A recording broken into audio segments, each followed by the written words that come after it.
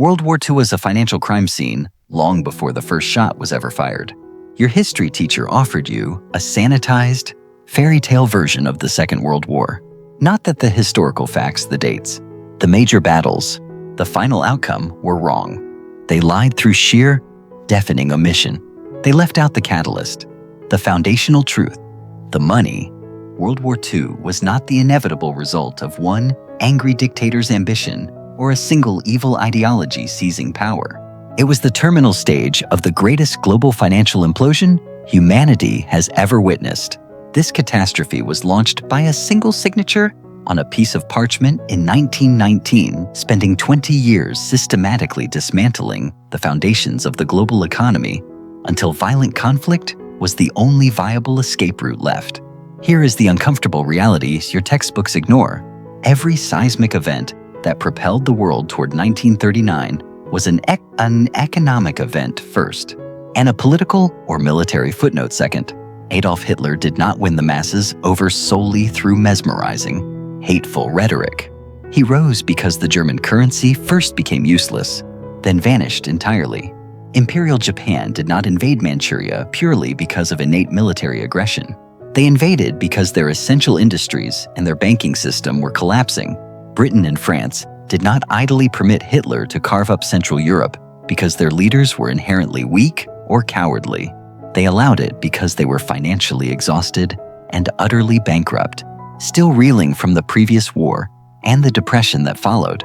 Everything you think you know about the root causes of World War II is fundamentally backward. The suffocating economics arrived first. The horrifying politics were simply the inevitable consequence. And the most terrifying footnote, we are witnessing these patterns unfold again, right now. The same structural vulnerabilities, the same gross financial miscalculations, and the same debt pressures that pushed the world into its deadliest conflict are resurfacing. Yet, almost no one is grasping the gravity of the moment, because no one truly understands the economic fuse that was lit the first time. Your history teacher showed you the massive, terrible explosions, but never detailed the ignition switch. So, let us illuminate the financial sequence, because this story of devastation does not begin with the Blitzkrieg in 1939. It begins with the exhausted, fragile hope of 1918, and tragically, the ripples of its debt are still felt today. The starting point is a room, thick with cigar smoke and simmering resentment. The Palace of Versailles, June 28, 1990. The globe's most influential power brokers gathered to ink the peace treaty designed to conclude the Great War. The French delegation, led by Clemenceau, demanded punitive retribution. The British sought immediate security and financial compensation. The Americans, under Wilson, simply wanted to broker a lasting global morality and go home. In their haste, in their short-sighted pursuit of national interest, they made a decision about money that would indirectly slaughter over 70 million human beings. The figure they settled upon was 132 billion gold marks. This staggering sum represented the total war reparations Germany was obligated to pay to the victors France, Britain, Belgium, and their allies.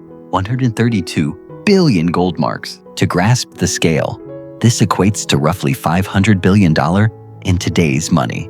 The rationale seems simple and morally defensible. Germany started the war. Germany must pay for the staggering damage. Fair, right? Absolutely wrong. That figure was an act of economic madness. It was completely, mathematically, and financially impossible for Germany to ever pay. And crucially, the highly educated men drafting this treaty knew it. The brilliant British economist John Maynard Keynes, who attended the conference as part of the Treasury delegation, calculated precisely what Germany could realistically afford. His estimate was perhaps 10 billion marks, possibly 15 billion if the payment schedule was aggressively managed. Keynes famously resigned his post and penned an excoriating treatise, The Economic Consequences of the Peace, in which he painstakingly detailed why these astronomical reparations would not merely ruin Germany, but inevitably destabilize and bankrupt the entirety of Europe. His warnings were summarily dismissed. France demanded vengeance, and Britain demanded its money, so they imposed the 132 billion mark ransom and simply instructed the defeated German government to figure it out. But reparations are unlike corporate debt. You cannot simply decree that a nation owes you money and expect the payment to materialize from a national savings account. Countries do not hold piles of liquid cash. They possess economies, functional factories, productive farms, and a working populace. To service this mammoth debt, Germany needed a complex mechanism. They had to mass-produce manufactured goods, successfully export those goods to foreign markets, earn stable foreign currency like US dollars or British pounds from those sales, and then use that currency to remit the payments. Simple in theory, yet made utterly impossible in practice. Why the impossibility? Because the very same allied nations demanding these payments had simultaneously erected formidable trade barriers to shield their own industries from competition. France would not permit cheap German imports to challenge French manufacturing. Britain would not allow German exports to undercut struggling British businesses. Therefore, Germany was fundamentally blocked from exporting enough to earn the hard foreign currency necessary for the reparations payments. They were being explicitly ordered to earn money through international trade, while being systematically prohibited from trading. It was the ultimate cynical double bind, akin to demanding someone pay a massive debt by getting a job, and then ensuring they were blacklisted from every potential employer. Germany, under the fragile Weimar Republic, attempted to comply anyway. They desperately made payments in 1921, then another, straining their limited gold reserves, but to continue meeting these gold and foreign currency obligations without the necessary export revenue, they were driven to one catastrophic, desperate action. They printed German marks, an overwhelming deluge of them. They used these newly printed marks to frantically buy up stable foreign currencies on the international market, which they then used to transfer the reparation payments. This marks the precise moment the financial system began to tear itself apart. Because printing currency does not magically create actual wealth. It merely multiplies the units of exchange, drastically diluting the existing value of every single mark already in circulation. The more marks the Reichsbank printed, the less each mark could buy. The decline was slow at first, almost imperceptible. People noticed prices creeping up, but attributed it to post-war economic stress. Then, the process began to accelerate exponentially until the entire structure collapsed into a terrifying, total hyperinflation. The sheer velocity of this collapse is difficult to grasp without specific figures. In January 1919, the exchange rate was a relatively stable 9 marks to $1 US. By January 1920, it had climbed to 65 marks to the dollar. Noticeable, but manageable. By January 1922, it was 191 marks to the dollar. Economists were concerned, yet still hopeful for containment. Then, the monetary explosion occurred. By January 1923, the rate was 17,000 marks to the dollar. By July 1923, it was 350,000 marks. And by November 1923, the final, absurd tally was 4 trillion marks to a single US dollar. 4 trillion. The currency didn't merely decline or crash. It simply ceased to exist as any meaningful unit of value. Cash became literally worthless. People used bundled wads of banknotes as insulation for their homes, as it was cheaper than buying conventional wall stuffing. We must fully comprehend the lived terror this inflicted upon the ordinary German citizen. Imagine you are a middle-class Berliner. You have dedicated your life to thrift, hard work, and responsible saving. You accumulated bonds, insurance policies, a modest bank savings account, and a pension. You did everything society told you was right. Then, practically overnight, your entire life's accumulated savings cannot purchase a single loaf of bread. Your pension, intended to secure 2 decades of retirement, is now worth less than a used postage stamp. This wasn't just inflation. It was the state-sponsored execution of the middle class. Everything you labored for, everything that represented stability, was utterly erased within months. This was not an isolated incident affecting a few stock speculators. This was the systematic, total destruction of the entire German middle class. Teachers, civil servants, doctors, engineers, shopkeepers. The very professional backbone that allows a modern society to function were suddenly, permanently rendered destitute. their life savings, their policies, their bonds, their checking accounts, all annihilated. The anecdotal stories from 1923 are testament to the lunacy. Factory workers demanded to be paid twice daily because their morning wage packet would lose half its purchasing power by lunch. Wives would physically race to the factory gate when their husbands were paid and run straight to the nearest market to spend the cash before the next inevitable price hike. Restaurants abandoned printed menus, frantically scribbling prices on chalkboards and revising them mid-meal. You might order a small coffee for 5,000 marks, only to be charged 10,000 marks upon finishing it. People carried paper money in vast wheelbarrows and laundry baskets. One famed story involves a woman who briefly left her wheelbarrow full of millions of marks outside a shop. Upon returning, the money remained untouched, but someone had stolen the wheelbarrow itself. The container was demonstrably more valuable than its impossible contents. The Reichswehr, Germany's central bank, was printing currency so rapidly that they exhausted paper supplies and were forced to commandeer every available paper mill in the country. The presses ran 24 hours a day and still could not satisfy the destructive demand. But here is the central agonizing irony. The hyperinflation was not a random act of nature. It was the fully predictable, inevitable result of the reparations policy. The German government had no alternatives. They could not earn foreign currency via exports due to the Allied trade blockades. They could not raise it through taxation because the underlying economy was already too weakened. They could not borrow it, as nobody would lend to a state already deemed insolvent. So, they printed it.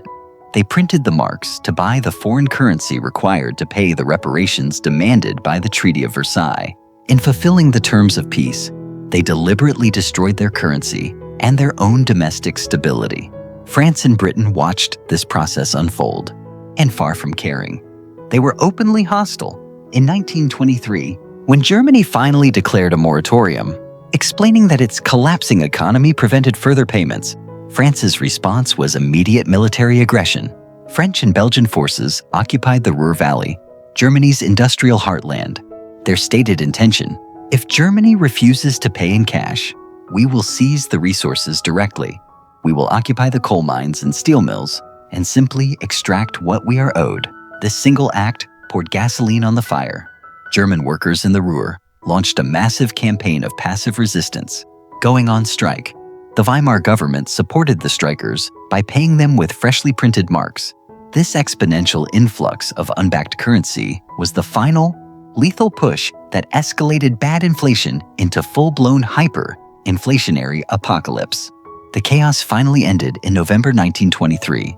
The government performed a radical reset, introducing a new currency, the Rentenmark, declaring one Rentenmark equal to 1 trillion old marks. 12 zeros were wiped clean, and the monetary slate was reset. It worked, and the hyperinflation stopped instantly. Yet, the social and psychological damage was permanent and devastating. An entire generation of Germans learned an indelible lesson. Money is a lie. Savings are worthless. The government is utterly untrustworthy. And everything you work for can be obliterated overnight by forces beyond your control. This collective trauma is the missing context in your history class. Historians may have glossed over it in one sentence. Germany experienced inflation, then Hitler came to power. As if those two events were coincidentally separate, they were directly, systemically connected. The hyperinflation annihilated the very social class that forms the foundation of democratic stability. The middle class, a functioning, stable democracy, requires a robust, middle-ground people who possess assets, people invested in stability, people who benefit from incremental improvements within the system. When Germany's middle class was destroyed, support for the moderate, democratic Weimar Republic instantly evaporated. Before 1923, the Weimar government, despite its flaws, was functioning. People voted, different parties competed. Democracy had a chance. After the hyperinflation, the political center vanished. People who had been rational centrists became instant radicals. Why support gradual, moderate change when the last round of gradual change resulted in your life savings disappearing? Why trust democratic institutions when those institutions presided over your complete financial destruction? The moderate parties were decimated. The extremists, both the communists on the far left and the Assazis on the far right, gained terrifying momentum. In 1924, the Nazi Party was a tiny, inconsequential fringe group. Their attempted coup in 1923, the Beer Hall Putsch, failed miserably. Landing? Hitler in prison. The Nazis should have been utterly finished, and they likely would have been had the German recovery been authentic and lasting. But the memory and the underlying structural damage of hyperinflation ran too deep. People didn't forgive. They were simply waiting for the next tremor to hit, ready to embrace the extreme. Before that next crisis hit, however, we must examine the precarious financial mechanism that kept the world seemingly stable for the mid-1920s. For a few years after the hyperinflation reset, things did improve. The German economy revived, and unemployment temporarily fell. This period, however, was not built on solid ground. It was a dizzying house of cards, constructed entirely of international debt. This system was called the Dawes Plan, named after the American banker Charles Dawes. The core problem remained unsolved. Germany owed impossible reparations, which France and Britain demanded to service their own war debts to America. The solution was an elaborate chain of credit. American banks initiated massive commercial loans directly to Germany. Germany used this borrowed capital to rebuild factories and stimulate production. The restored German economy would then export goods, earn foreign currency, and use that currency to pay reparations to France and Britain. France and Britain would then take those reparations and pay back their war debts to America. American banks, meanwhile, collected interest on all the initial loans. It was a perfectly circular flow of credit. America lends to Germany, Germany pays the Allies pay America. As long as the borrowed money kept flowing, everyone was temporarily satisfied, governments received their payments, and American bankers secured tremendous profits. But the flaw was glaringly, terrifyingly obvious. This entire fragile system depended entirely on the uninterrupted, continuous stream of American capital flowing into Germany. If those loans stopped for any reason, the entire circle would break. Germany could not pay reparations without the credit. France and Britain could not pay the US without the reparations. The entire global financial structure was dependent upon the continuous goodwill and lending power of Wall Street. Everyone knew this systemic vulnerability, but for 5 years, everyone willfully pretended it could last forever. American banks, flush with cash, were eager to lend. They viewed the German revival as a lucrative, high-return opportunity. Billions of dollars flooded into German cities. New housing projects, massive industrial plants, and cutting-edge factories were built. Employment soared. The years between 1924 and 1929 became known as the Golden Twenties in Germany. Beneath the glittering surface, nothing was actually solved. Germany still owed the impossible reparations.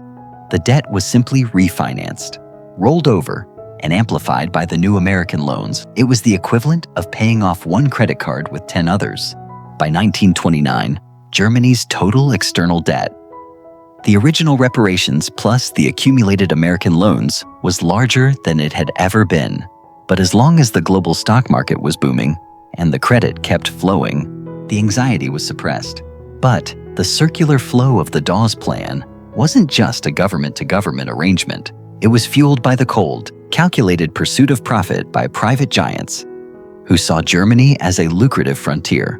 Regardless of the ideological storm clouds gathering on the horizon, beyond state-level loans, American industrial titans provided the essential know-how and infrastructure that fueled Hitler's rapid rearmament. Major U.S. corporations maintained deep-rooted investments in Germany throughout the 1930s, essentially building the very factories that would soon churn out the Nazi war machine, even as the world teetered on the brink of war. The Bank for International Settlements, BIS, acted as a neutral clearinghouse, allowing the Nazis to move and laundered stolen gold into usable foreign currency. Globally, the 1920s were characterized by seeming boundless prosperity in large part, a speculative mirage. Stock markets surged in London, Paris, and particularly in New York. People felt rich, or at least debt-fueled. But this prosperity was almost entirely built on margin, borrowed money, and massive income inequality. The underlying economic fundamentals were rotten. Then, in October 1929, the entire foundation buckled. The American stock market crashed. While you know the date, Black Tuesday, October 29th, 1929, when the Dow Jones plummeted 23% in 48 hours, your teacher likely failed to convey the immediate, catastrophic global ripple effect. The crash was not merely an American loss of wealth. It instantly vaporized the global system of international finance constructed by the Dawes Plan. When the market crashed, American banks suffered billions of dollars in losses. The institutions that had been lending freely to German businesses suddenly had no capital left. Worse, they needed immediate liquidity. They sent urgent telegrams across the Atlantic, demanding immediate repayment of their existing German loans. German businesses, which had invested this money in physical, illiquid assets like new factories and machinery, could not instantly convert them back to cash. The factories began to fail, declaring bankruptcy and initiating massive layoffs. Crucially, these German businesses were the very engines funding the reparations payments. When the loans stopped, the reparations stopped. When the reparations stopped, France and Britain defaulted on their war debts to America. This meant American banks lost even more money, accelerating the panic and causing them to call in even more loans, plunging Germany deeper into a devastating death spiral. The resulting unemployment figures in Germany are staggering evidence of the immediate collapse. In 1929, unemployment stood at 3 million high, but survivable. By 1930, it was 3 million. By 1931, 5 million. By 1932, the official tally exceeded 6 million jobless citizens in a country of 65 million. The raw number hides the true devastation. For men between the ages of 25 and 30, unemployment surged past 40%. Imagine yourself as a 25-year-old in Berlin in 1932. You are educated, willing to work, and desperately need income. Yet, there are no jobs. Your savings, if you had managed to accumulate any after the hyperinflation, are gone. Your friends are equally desperate and angry. Who do you hold responsible? The easy targets were the democratic parties in the Weimar government. They had presided over the hyperinflation. They had presided over the current depression. To the despairing young men, democracy equaled financial and existential catastrophe. So, when a figure emerged promising immediate employment, promising national strength, and promising to dismantle the international system that had ruined them twice, people listened with terrifying intensity. That someone was Adolf Hitler.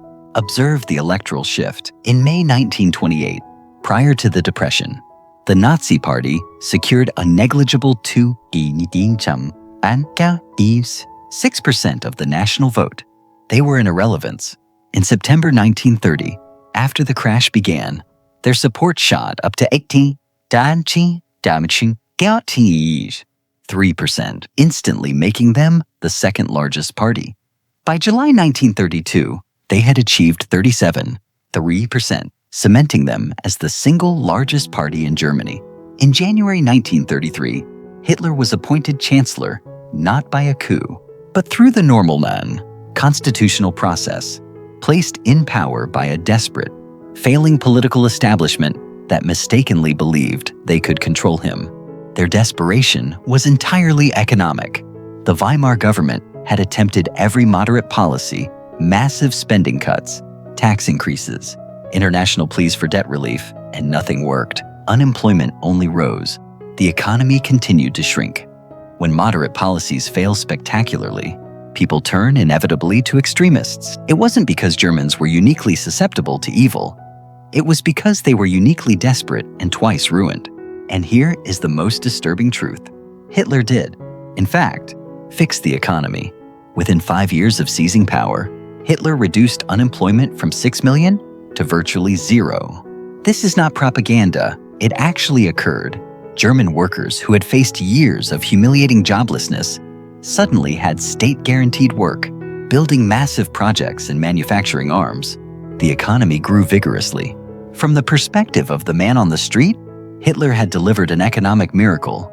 But the secret your history teacher omitted is that Hitler's so-called economic miracle was built on 4 lethal pillars: theft, lies, slavery, and war.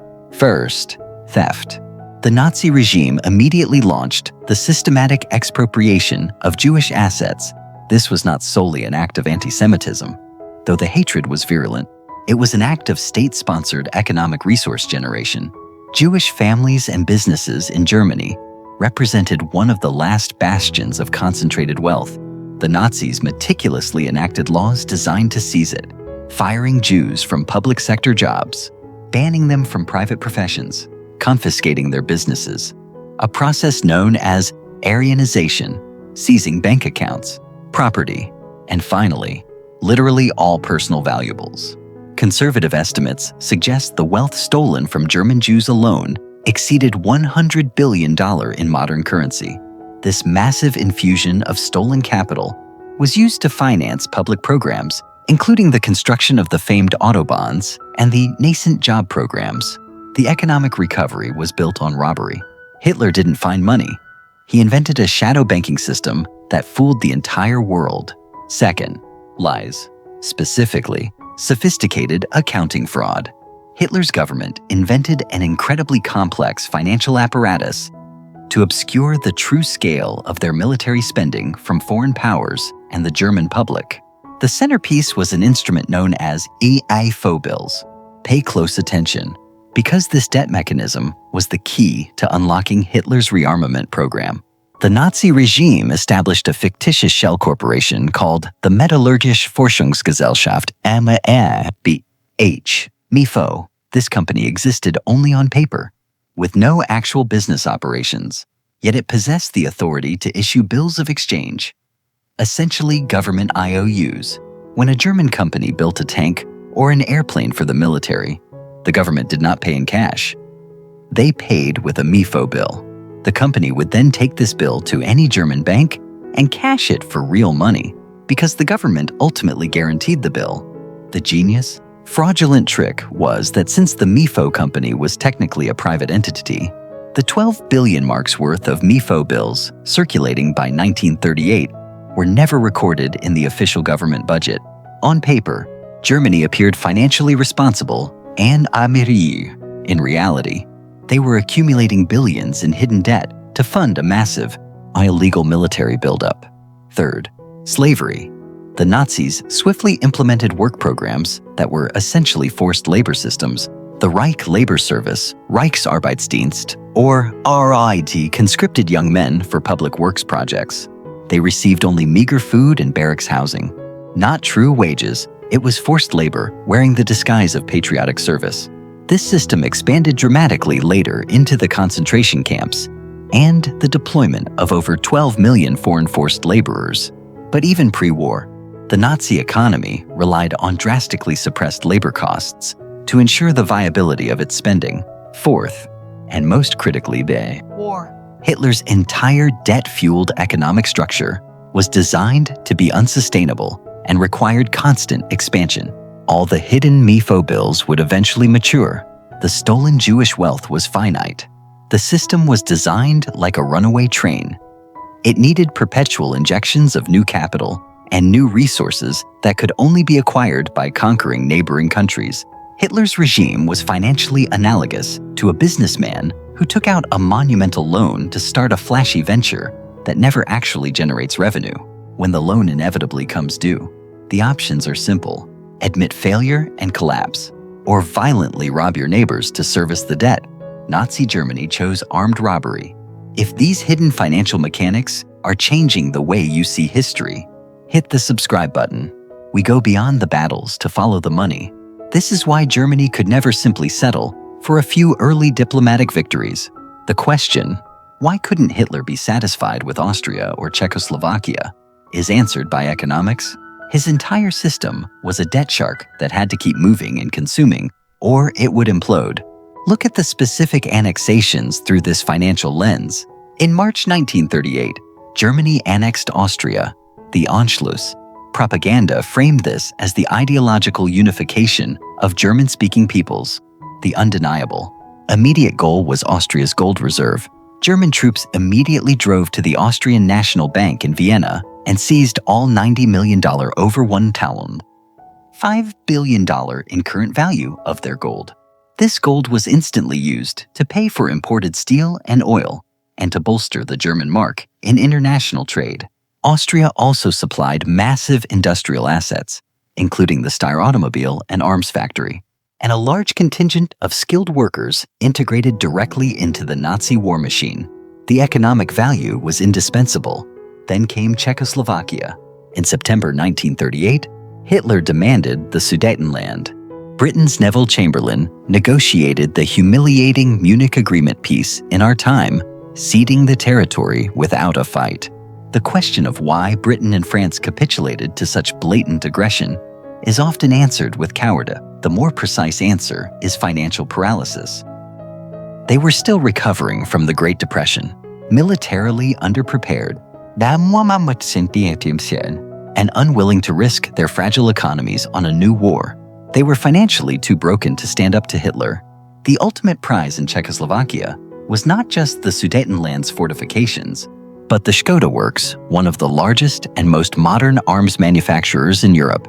When Germany absorbed the whole of Czechoslovakia in March 1939, they acquired the 4th largest arms industry in the entire world without firing a single shot. This was not merely political conquest. It was a massive, desperately needed injection of industrial capacity and financial liquidity into Hitler's insolvent war economy. The economic logic was brutally clear. If Germany couldn't afford to pay its debts, it would simply conquer the resources it needed to buy time. War was the only thing keeping Hitler's balance sheet solvent. The exhausted Western democracies, Britain and France, were woefully unprepared for military conflict, still reeling from the immense costs and human sacrifices of the First World War. Their armed forces had been drastically pared down during the long years of the Great Depression. Their economies remained fragile, strictly adhering to austerity measures designed to maintain fiscal prudence, which tragically meant they literally couldn't afford the massive expenditure required for effective rearmament. Their refusal to confront Hitler earlier was less an act of cowardice and more one of fiscal paralysis. However, the Führer was not content merely with the Sudeten territories gained at Munich. In a stunning violation of international agreements, German troops occupied the remainder of Czechoslovakia in March 1939. Why? The decision was rooted entirely in harsh, immediate economics. Czechoslovakia was not simply a strip of land. It was an industrial powerhouse. It possessed the famed Škoda Works, then one of the largest and most technologically advanced arms manufacturers in all of Europe. Czech factories were producing exceptional, cutting-edge weaponry, and the Czech military itself was equipped with modern tanks and heavy artillery. When Germany absorbed Czechoslovakia, they executed a colossal transfer of military wealth, seizing enough state-of-the-art weapons and equipment to outfit 40 fully operational Wehrmacht divisions, Chapter 40 divisions, that translates to hundreds of thousands of soldiers' worth of equipment, instantly enhancing the operational capability of the German army without a single Reichsmark spent on production. Moreover, the Germans now controlled the factories themselves. Czech production capacity became immediately, legally, and geographically integrated into German production capacity, providing a permanent and sophisticated boost to the Third Reich's war machine. Even more importantly, Czechoslovakia had liquid capital, gold. The Czech National Bank's substantial gold reserves were being held for safekeeping in the vaults of the Bank of England in London. The total value was approximately £48 million, a staggering sum at the time. Germany couldn't physically take it because it was in London, out of reach, but they executed a clever, sophisticated financial maneuver. Leveraging control over the puppet Czech banking officials, they threatened the Bank of England through the International Clearing Mechanism, specifically the Bank for International Settlements BIS in Basel. The directive was clear. If you don't instantly transfer that gold to the German Reichsbank's account, we will retaliate against the Czech financial infrastructure and assets we now control. In a deeply controversial decision, the Bank of England prioritizing banking procedure over political morality, transferred the gold. They sold out Czechoslovakia financially. Germany now had vast, fungible Czech gold to spend on necessary imports, effectively funding their next round of rearmament with stolen capital. Every subsequent conquest followed this exact pattern. The accompanying propaganda would inevitably be about ideology, the supposed injustices of Versailles, ethnic self-determination, or some historical claim to territory. The chilling reality was always money. Germany's highly leveraged, resource-poor economy desperately needed the material resources, the hard currency gold, the skilled labor, and the sophisticated factories that could only be acquired through systematic organized theft and military conquest from every country they occupied. This economic miracle wasn't just about tanks and autobahns. It was about a calculated system of domestic bribery, giving the German people a taste of the good life, to ensure they looked away while the regime lit the fuse of war. Through programs like Strength Through Joy Kraft, Durch Freude, the regime used stolen Jewish wealth to subsidize theater tickets, gym memberships, and even luxury cruises for ordinary workers. The promise of the people's car, the Volkswagen, was used as a financial carrot, encouraging citizens to save their marks in state-run schemes, money that the government immediately diverted to hidden military spending. By filling the dinner tables of the working class with resources looted from the early annexations of Austria and Czechoslovakia, Hitler made the German public silent accomplices in his expansionist agenda. Now, let's pivot our focus and talk about the other aggressor nations. Germany wasn't the only nation with aggressive economic motives for war. Japan's specific path to conflict was perhaps even more purely economic in origin. Japan faced a fundamental geographical dilemma. They were a rapidly industrializing nation with virtually no domestic natural resources. They had no oil, almost no iron ore, no rubber, and scarce coal reserves. Everything required to run their modern industries, from their textile mills to their burgeoning war economy, had to be imported. This meant Japan needed robust exports to pay for those vital imports. They needed to sell their manufactured goods internationally to earn the foreign currency required to purchase the resources they lacked. The Great Depression utterly destroyed this delicate system. International trade collapsed globally. Countries worldwide rapidly erected high tariff barriers and protectionist measures to shield their own struggling domestic industries. Suddenly, Japan couldn't sell goods abroad efficiently, which meant they couldn't earn the necessary foreign currency, which, in turn, meant they couldn't afford to buy essential resources. Their entire industrial economy began to seize up and collapse. Unemployment soared. Key businesses failed in droves. Social unrest and radical political movements surged across the islands. The Japanese government faced a true existential crisis. How could they possibly maintain an industrial economy, let alone a growing military, when they couldn't afford the raw materials necessary for industry? The dominant military factions provided a stark, brutal answer: build an empire. Take the resources by overwhelming force instead of paying for them through increasingly worthless international trade. China offered rich deposits of iron and coal. Southeast Asia held the world's supply of vital oil and rubber. If Japan established unquestioned control over these territories, they would become resource self-sufficient. It was colonialism articulated as an extreme economic survival strategy.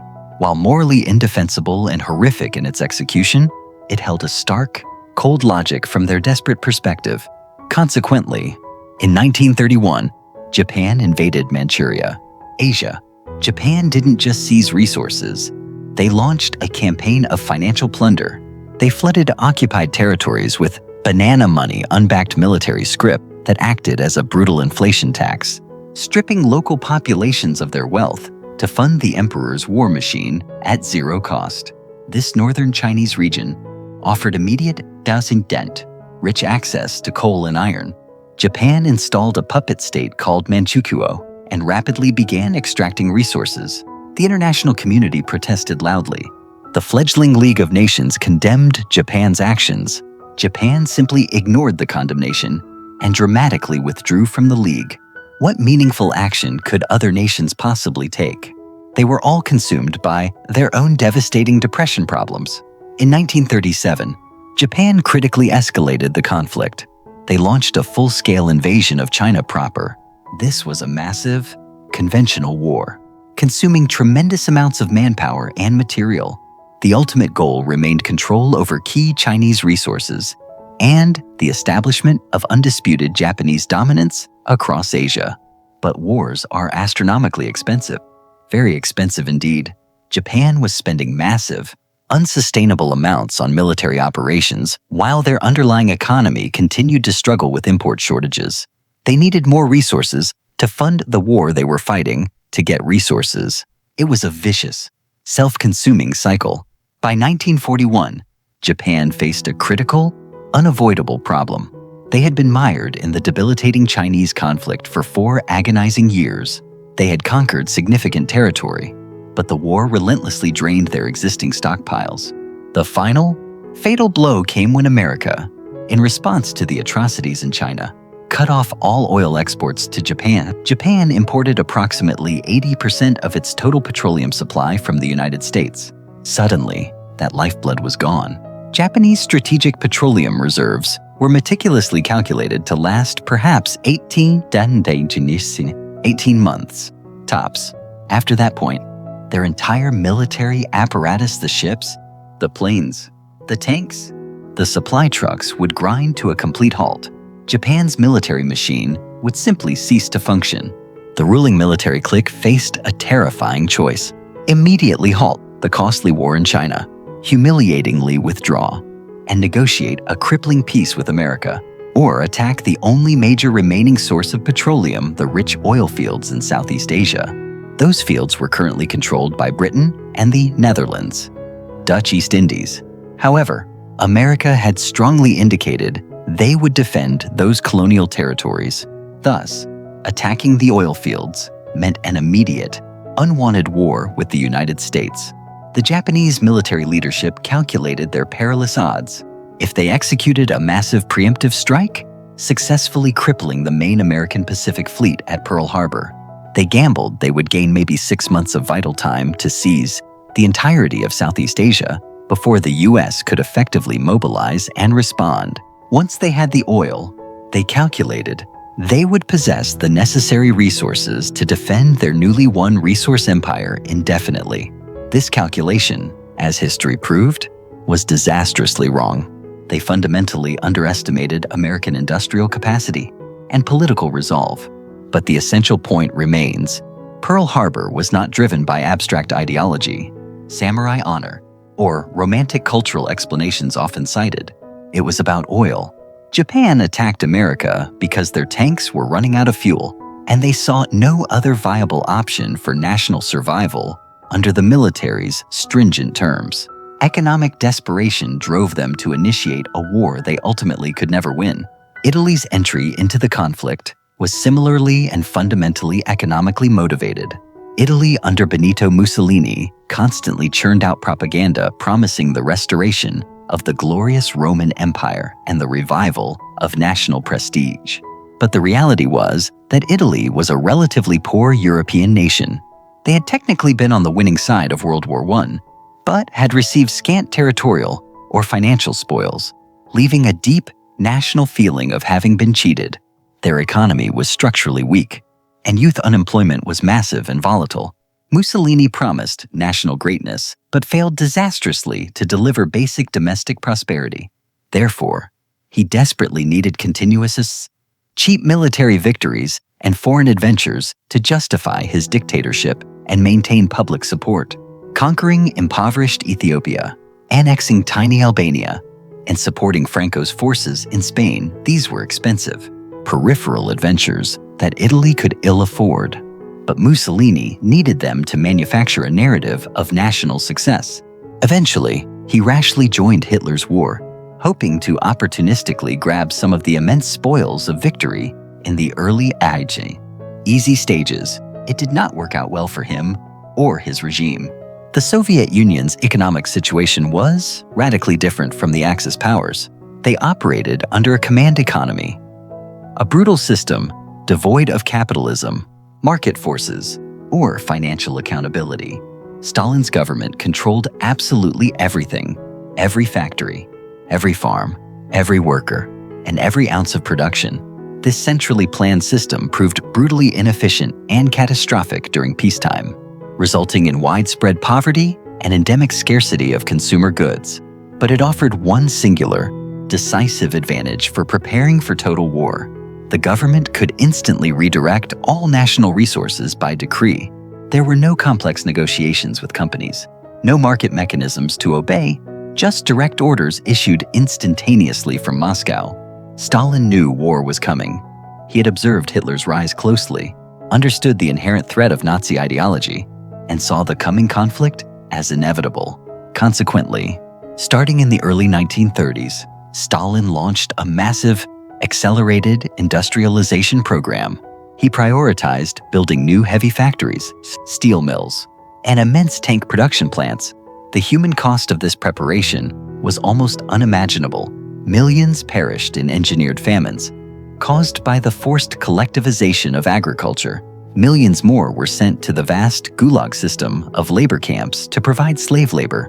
But Stalin was relentlessly building core industrial capacity as fast as humanly possible, deliberately locating critical new plants in remote regions far east of the Ural Mountains, safely out of the reach of potential German bombers. By 1941, the Soviet Union possessed enormous, albeit poorly managed and inefficient, industrial capacity. And when Germany finally invaded, the Soviets were able to execute the legendary feat of evacuating many existing factories, moving entire industrial plants, machinery, engineers, and workers thousands of miles eastward, away from the invasion front. This desperate move saved Soviet industry and ultimately allowed them to outproduce Germany in crucial wartime materiel. This was only possible because Stalin had spent the 1930s fanatically building that industrial base, regardless of the cost human life, living standards, freedom. All were sacrificed to construct the immense industrial capacity needed for a war Stalin knew was unavoidable. Britain and France, the eventual victors, were in an impossible financial and military position. They had triumphed in World War I, but that victory had been Pyrrhic. Both nations carried immense, crippling debts stemming from that conflict. Britain owed billions to America, and France had borrowed from virtually everyone. Their economies were structurally damaged. They had lost millions of young men who should have been entering the workforce and building the post-war economy. They faced all the profound problems of winners who had sacrificed far too much to secure victory. During the Depression, both countries stubbornly pursued severe austerity policies, balanced budgets, sharp cuts to government spending, and rigid adherence to the gold standard. These policies dramatically worsened the Depression domestically, but they were viewed as the only fiscally responsible path forward. Both nations were profoundly terrified of runaway inflation. After witnessing the hyperinflation disaster in Weimar Germany, they thus fatally erred on the side of deflation and austerity, which guaranteed their economies recovered slowly, which meant, critically, they didn't have the necessary money to rebuild or modernize their militaries. This is the central reason why Britain and France pursued the ill-fated policy of appeasement, not because their leaders were fundamentally stupid or entirely cowardly, but because they quite literally couldn't afford to fight a modern war. Rearmament is extraordinarily expensive. Building sophisticated planes, modern tanks, and capital ships required astronomical amounts of money they did not possess. Britain and France were slowly and painfully rebuilding their militaries throughout the late 1930s, but they desperately needed time. Time they sought to buy by giving Hitler what he demanded. The fervent hope was that appeasement would delay war just long enough for them to achieve military readiness. It didn't ultimately work. Hitler kept pushing, driven by the needs of his own predatory economy to keep expanding. So, war came. Anyway, but Britain and France's strategy of appeasement did grant them precious time to slightly rearm. By September 1939, when the war finally erupted, they were undeniably stronger than they had been in 1936 or 1937. Not strong enough, as subsequent events proved, but measurably stronger. The other decisive factor was public opinion. British and French citizens vividly remembered World War I. They had lived through the destruction, lost millions of family members, and witnessed the resulting poverty. The absolute last thing they wanted was another total war. Politicians fully understood this. Any leader who appeared to be recklessly rushing into war would immediately lose public support and their office. Therefore, they desperately needed Hitler to be the manifestly, undeniably obvious aggressor. They needed him to commit an act so egregious that war became internationally unavoidable. Poland was that decisive line. When Germany invaded Poland, British and French citizens understood. Finally, that war was a national necessity. Their governments now had the requisite public and political support to fight. Now let's address the massive question of how countries actually paid for the war once it started. Because running a total war on a global scale is spectacularly, ruinously expensive. Germany, by modern estimates, spent approximately $300 billion on World War II. Britain spent nearly $400 billion the Soviet Union over $300 billion and America over $4 trillion. $4 trillion. These figures are so immense they defy easy comprehension. But spending $4 trillion was only half the story. America didn't just win because it was rich. It won because it transformed the very nature of industrial production into an unstoppable force of nature. The American arsenal of democracy didn't just produce equipment. It pioneered modular manufacturing, allowing Liberty ships to be launched in under 5 days, a speed the Axis couldn't even comprehend. While Germany relied on specialized, high-cost engineering and forced labor that lacked initiative, the U.S. utilized mass production techniques that ensured every lost tank or plane was replaced tenfold before the smoke had cleared. This wasn't just debt. It was the generation of real wealth, actual, tangible goods that created a cycle of full employment and tax revenue that eventually paid for the war itself. But every single dollar had to be sourced from somewhere. Germany's primary method was institutionalized theft on an industrial scale. Every country they occupied was systematically looted, but the Reich needed a laundry for their blood-stained capital. Neutral Switzerland became the ultimate enabler, purchasing 79% of all German gold delivered abroad. Gold plundered from the central banks of conquered nations and the very victims of the Holocaust, exchanging it for the hard currency Hitler desperately needed to keep his war machine breathing. First, they would seize the central bank's gold reserves. They simply took it, loaded it onto trains, and shipped it back to Germany. Then, they immediately imposed crippling occupation costs. France, for example, was forced to pay Germany 400 million francs per day, every single day. This money supposedly paid for the German occupation forces, but in reality, it was pure tribute, a massive forced payment extracted from the conquered by the conqueror. Germany also commandeered industrial production from occupied nations. French factories would be repurposed to produce for Germany. Belgian factories, Dutch factories, Polish factories, Norwegian factories. All of them churned out goods that flowed directly into the German war effort. The workers in those factories were paid in local currency, but Germany simply printed that currency. So, they were paying workers in money they created out of thin air to produce goods they took for free. It was economic exploitation on a massive, unparalleled scale. Then there was the actual institution of slavery. As the war progressed and labor shortages ravaged Germany, they began bringing millions of workers from occupied territories to toil in German factories and farms. These were not volunteers.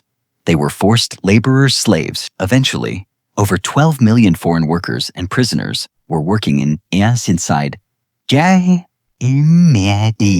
were paid little to nothing, fed barely enough to survive, worked until they died, and then summarily replaced. This slave labor system was crucial in keeping German factories running when German workers were away fighting on the front lines. The Holocaust itself was partially though not exclusively, economically motivated.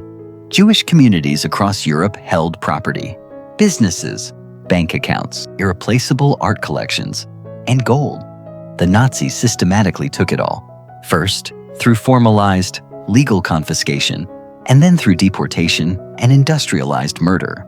There exists a horrifying paper trail of invoices and receipts for genocide companies bidding on contracts to build death camps, chemical companies selling Zyklon B gas, banks processing transactions for stolen Jewish assets. The entire German financial system did not just enable the Holocaust, it actively profited from it.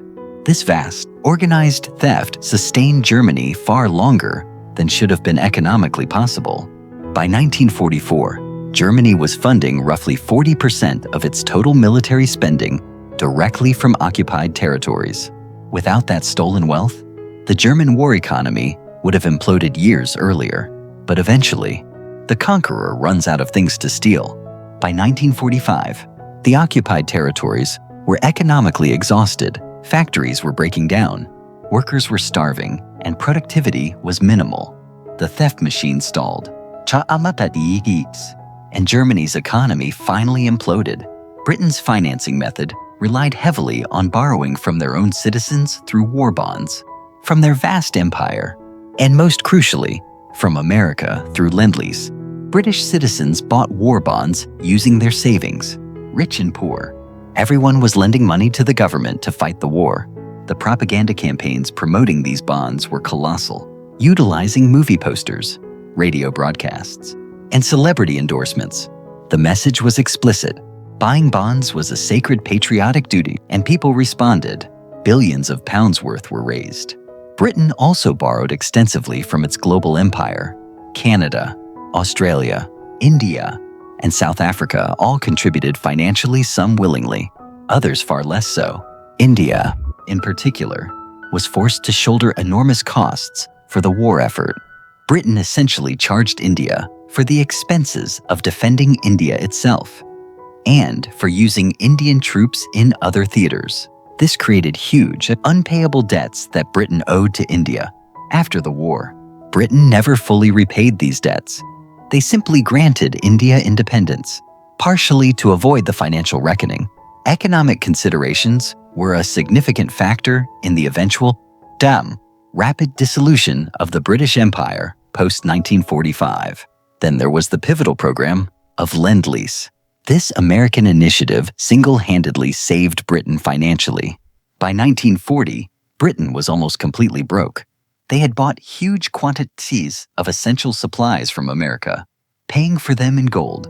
They had literally shipped billions of dollars in gold reserves across the Atlantic to pay for weapons and food.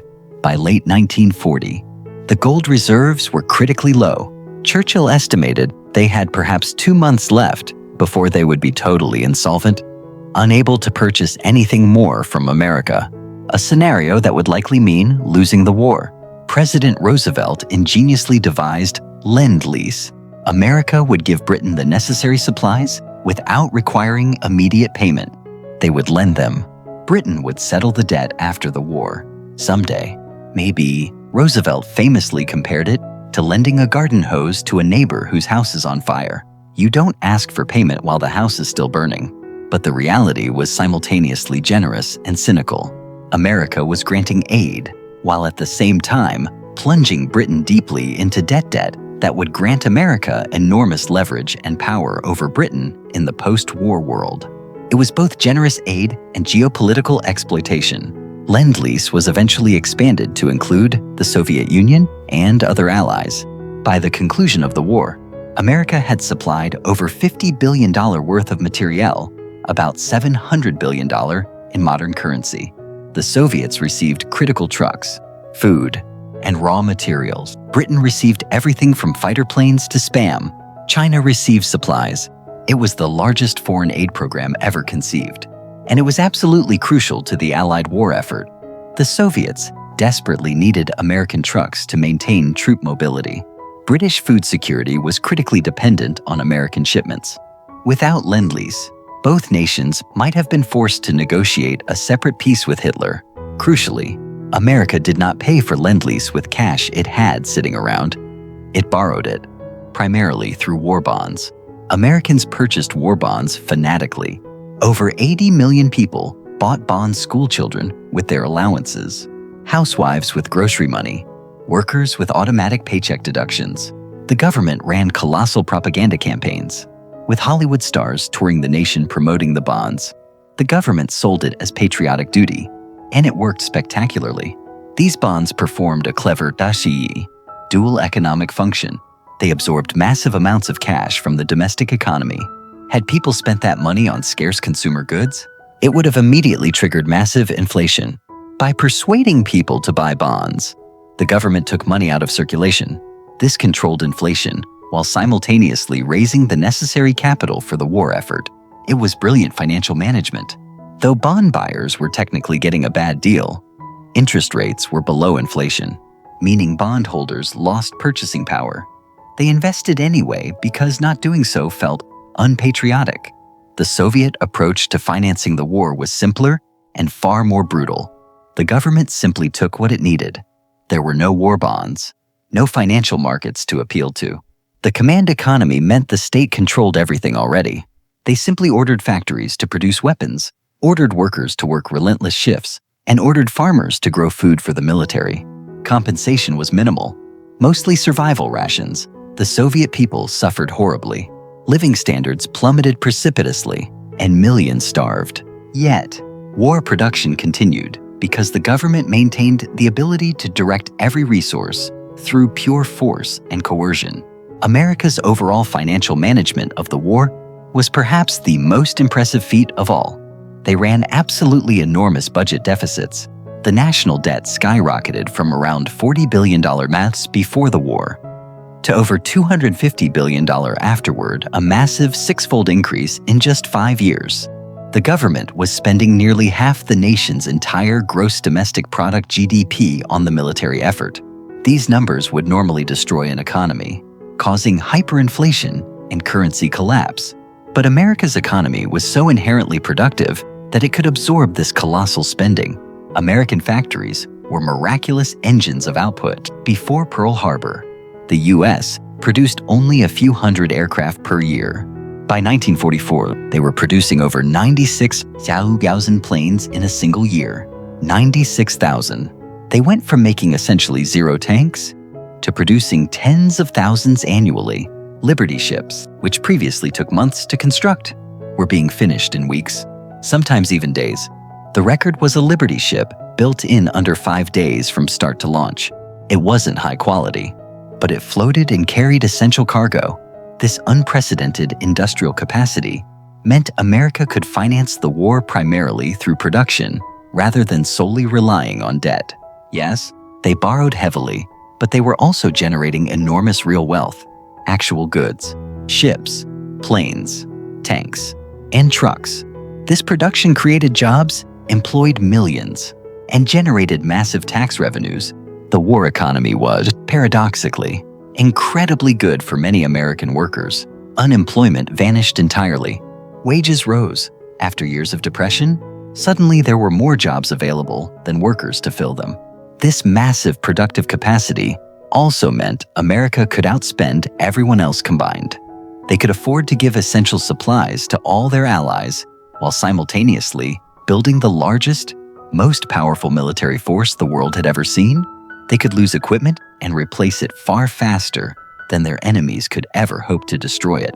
At the Battle of Midway, America lost 1 aircraft carrier. Japan lost 4. America replaced their loss within months. Japan could never replace theirs. That is the fundamental, decisive power of overwhelming financial and industrial capacity.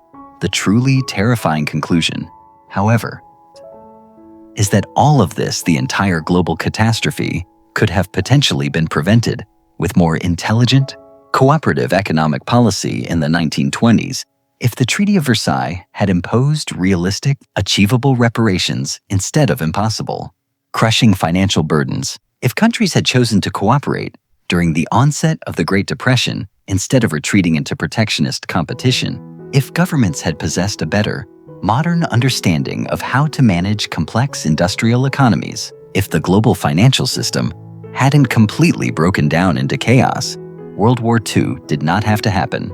The great economist John Maynard Keynes understood this perfectly. He predicted it. In 1919, he wrote presciently that the Treaty of Versailles would inevitably lead to economic catastrophe and, subsequently, to another war. He was tragically correct. In the 1930s, he tirelessly advocated for massive government spending, deficit spending, to end the Depression. Most countries ignored him completely. They chose deflation and austerity instead, and they got Hitler. As the guns fell silent, the survivors realized that peace would be provisional unless the financial switch was permanently rewired. The world they built next is the world we still live in today. The 1944 Bretton Woods Conference was a direct response to the economic madness of Versailles, replacing punitive reparations with a system of mutual financial assistance through the IMF and World Bank. By pegging global currencies to the US dollar, the world achieved nearly 30 years of unprecedented stability, effectively ending the era of competitive devaluations that fueled the 1930s chaos. The exorbitant privilege of the dollar as the reserve currency became the cornerstone of American global dominance, allowing the US to shape history through the power of its wallet rather than just its weapons. After the war finally ended, Keynes's economic theories became the foundation of all economic policy in democratic nations globally. Better late than never. But millions had died because nobody listened to the financial warnings in time. The post-war financial system was painstakingly designed specifically to prevent the recurrence of another Great Depression and another World War. The new order was a clash of titans. Keynes's vision of a global growth currency versus the American demand for dollar supremacy. By pegging the world to a dollar, backed by 2/3 of the planet's gold, the Bretton Woods system didn't just stabilize trade. It crowned the US as the world's central banker, a legacy that still defines global power today. The Bretton Woods Conference in 1944 established the International Monetary Fund, IMF, and the World Bank. The IMF was created to stabilize currencies and assist countries with balance of payments crises. The World Bank was established to fund reconstruction and crucial development projects. The overriding goal was to prevent the cycle of debt, financial crisis, and trade wars that had caused the last war, to give nations a framework to solve profound economic problems without resorting to military conquest. The system also enshrined the US dollar as the global reserve currency. All other currencies would be pegged to the dollar, and the dollar would be backed by gold at $35 per ounce. This provided unprecedented global stability. Countries could trade internationally knowing that exchange rates would be stable and predictable. International commerce expanded exponentially. America, holding the reserve currency, gained colossal financial power. They could run deficits that other nations couldn't sustain. They could essentially print money without immediately suffering the same inflationary pressures. Being the reserve currency was, and still is, like possessing a global credit card with an unlimited spending limit. This specific system lasted until 1971, when Nixon ended the dollar's gold convertibility. But even after that crucial break, the dollar has remained the dominant global reserve currency. This is a profound, lasting legacy of World War II. The financial dominance America cemented during the war continues to shape the global economy today. Countries hold dollars as reserves. Oil is universally priced in dollars. International trade is overwhelmingly conducted in dollars. All of this exists because of the financial system constructed during and immediately after World War II. The European Union itself exists because of hard-learned economic lessons from the war. European leaders decided that deep economic integration was the only reliable way to prevent future conflicts between former enemies. If countries trade extensively and their economies become deeply interdependent, war becomes prohibitively costly. You cannot fight your biggest trading partner without destroying your own economy. This core idea that strong economic ties prevent war comes directly from understanding the catastrophic protectionism that occurred in the 1930s, when countries stopped trading, when they became economically isolated and nationalistic. War inexorably followed. Thus, the EU was built on forging trade relationships so dense and strong that conflict between member states became truly unthinkable. Whether this structure worked perfectly is complex. Western Europe has not experienced a major war since 1945. That is nearly 80 years of peace, the longest such period in recorded European history.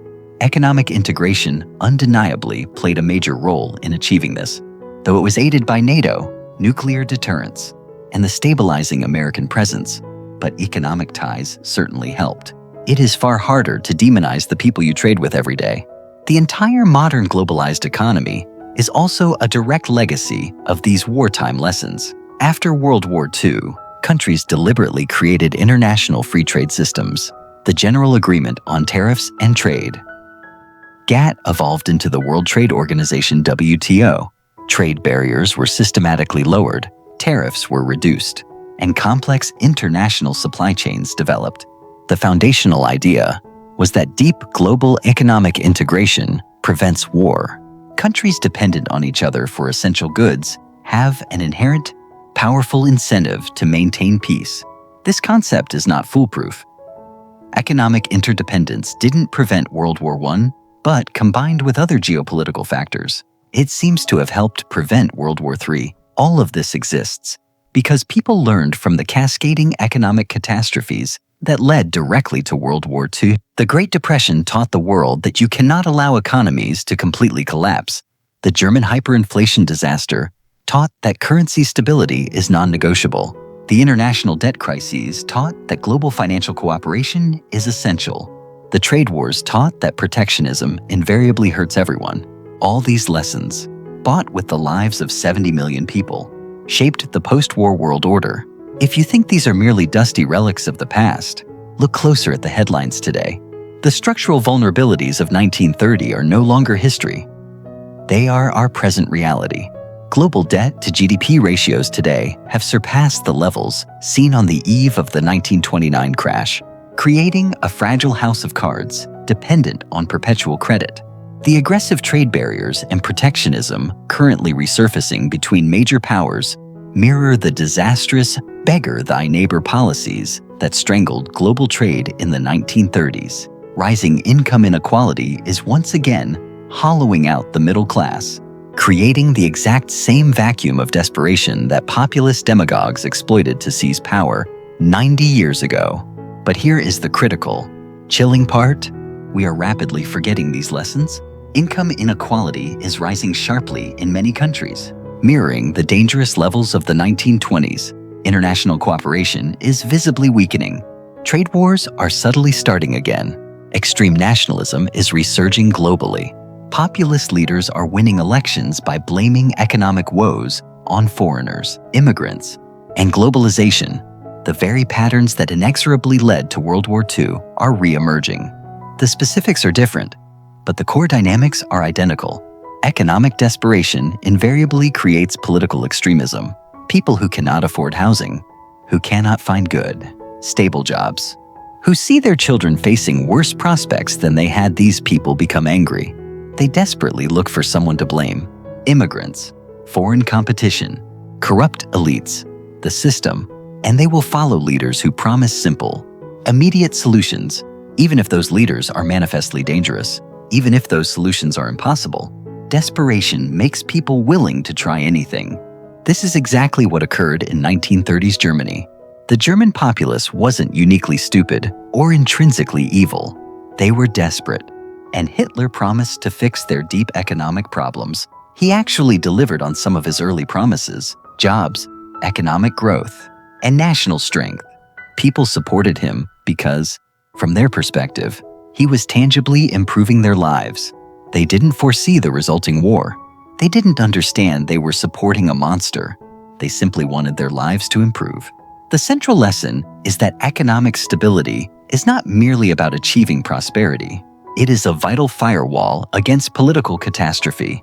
When enough people become economically desperate, when the existing system stops working for them, they will tear it down. They will support extremists. They will follow demagogues, not because they are inherently bad people, but because they are desperate people, and desperate people make desperate choices. This is precisely why understanding the complete financial story behind World War II matters so profoundly.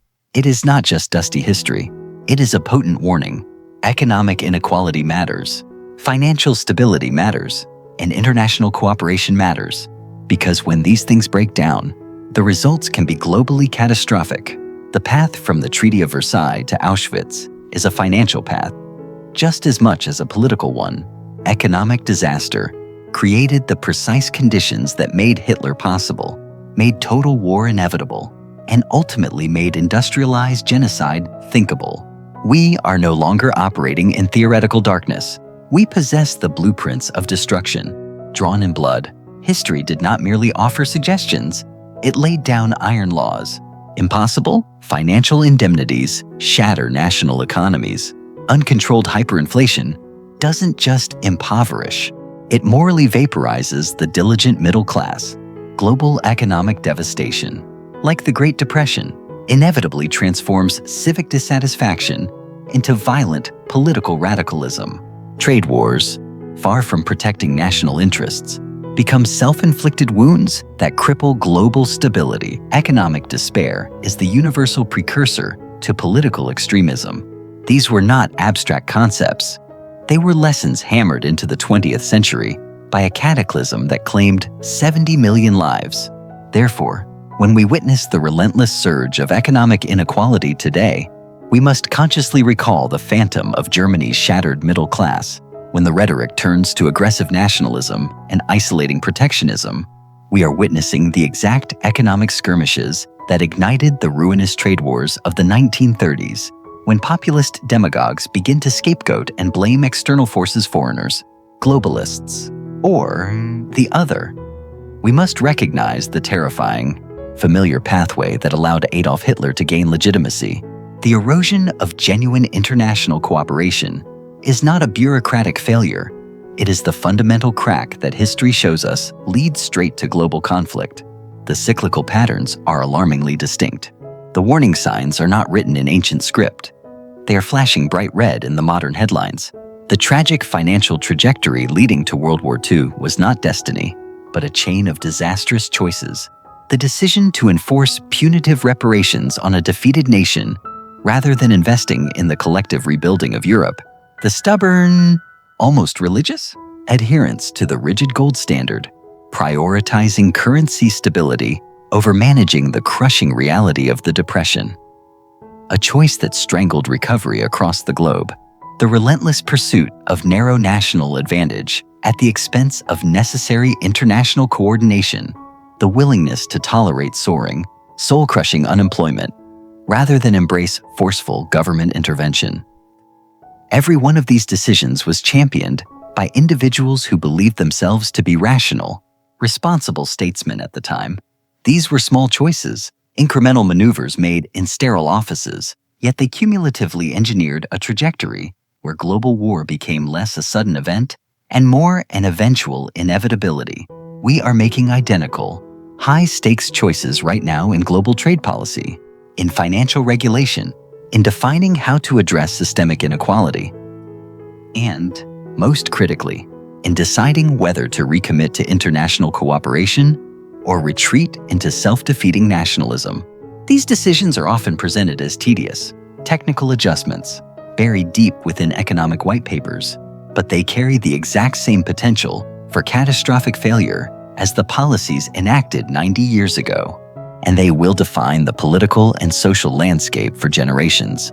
The architects of the post-1945 order understood this intimate connection between commerce and conflict profoundly. They had lived through the economic collapse and the resulting Inferno. They recognized that financial implosion was merely the first phase leading inexorably to political extremism and then to total war. Their response was the creation of a deliberate countersystem, the institutions forged at Bretton Woods, the foundation of the United Nations, complex trade agreements, and mechanisms for monetary stability, all meticulously engineered to ensure that history's greatest financial catastrophe could never repeat itself. But that founding generation, the one that tasted the Depression's bitterness and the war's horror, has largely passed.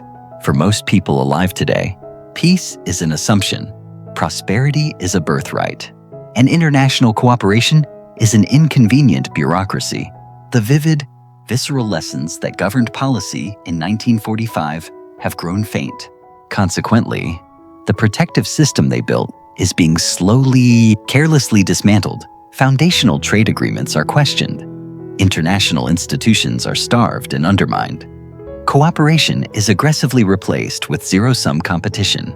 We are now dangerously drifting back toward the precise political and financial patterns of the 1930s. This is why the rote recitation of battle dates and lists of famous leaders is insufficient. This is why your history teacher should have prioritized the financial narrative. Understanding the cold, mechanical economic forces that rendered war inevitable is the single most vital tool we possess to stop history's grim repetition. The tanks, the planes, the bombs, these were merely the final tools of destruction. The true causes resided in the structure of the financial system, in the failure of collaborative economic decision-making, and in the profound desperation manufactured by unchecked financial collapse. The global conflict killed 70 million human beings, obliterated ancient cities, erased entire cultures, and traumatized generations. Yet, this unfathomable tragedy began with a bureaucratic piece of paper, a peace treaty demanding economically suicidal reparations from a defeated nation. It began with an economic policy that, to its proponents, sounded entirely sensible at the time. It began with leaders who sincerely believed they were acting responsibly. These were small, seemingly technical financial decisions that cascaded with relentless logic into global catastrophe. We are, at this very moment, defining the financial framework that will shape the next 50 years.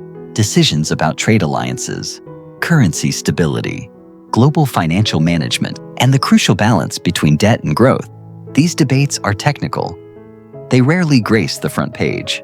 They lack the dramatic urgency of political scandals or military maneuvers, yet they matter more than almost anything else. Because history proves that when the foundational economic system fractures, everything built upon it fractures too.